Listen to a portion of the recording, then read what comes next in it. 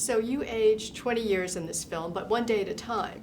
Did you create a whole backstory for what happened in between?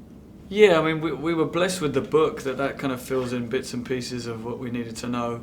And yeah, obviously we'd have to sort of think about, well, where have Dex and Em been, throughout the rest of the year that you don't see them, Have they spoken to each other much that year? Have they seen each other much? Have they had phone calls? So you had to sort of flesh it out yourself. Did you work that out with Anne Hathaway or Lono or David Nicholl, the writer, so you all have the same story?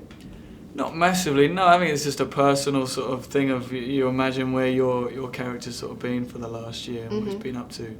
Yeah, so it was, there was there's too much other stuff to be talking about to kind of get bogged down in the stuff that isn't there, So your character goes from 20 to 40, you're 30.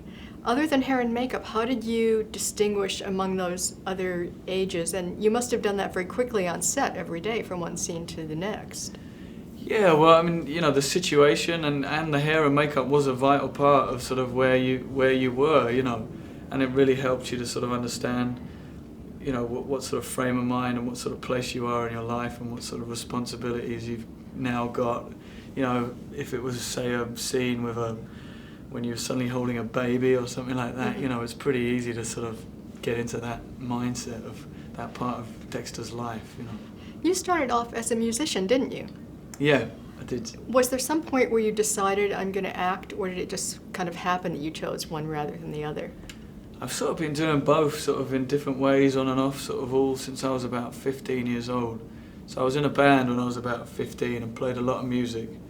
And then I went to live up in Manchester and I got in with a group of people who were really interested in acting and filmmaking and theatre, so we started writing and putting on our own plays and, so it sort of came out of that. And then I started another band when I was living back in London and it's just sort of, both the two have sort of been weaving in and out, And you sang in your first film for Julie Taymor, Across the Universe. Yeah, because I was in a band before that. I was mainly sort of concentrating on music, and I'd done a lot of acting and was interested in acting, and certainly, a huge fan of cinema and films and stuff.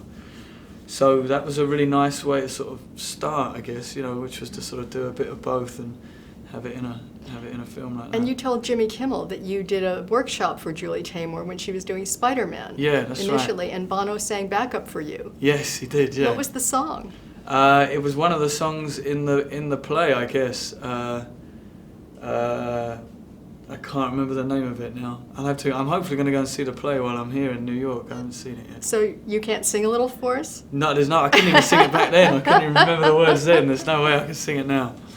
Across the Universe is a great little movie that I think didn't get the attention it probably should have.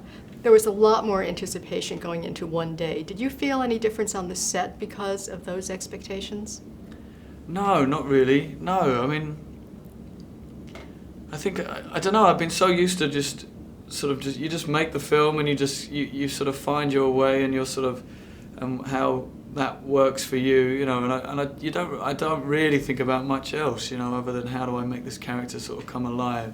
And I was aware of the book. I wasn't really aware of how popular the book really was. I didn't really sort of think much beyond that, really. So now that the film is coming out and now that, people are asking me lots of questions and stuff, I'm starting to get a little nervous. Because, back in London especially, like, the book is everywhere, and you can't go too far without seeing somebody reading it, so I'm aware certainly now that, but I'm glad I wasn't too worried about it at the time. Yeah. Otherwise I might have panicked, Well, you've gotten some great reviews already and it's a terrific performance, so congratulations and thanks so much for talking about it. I appreciate you saying that. Thanks.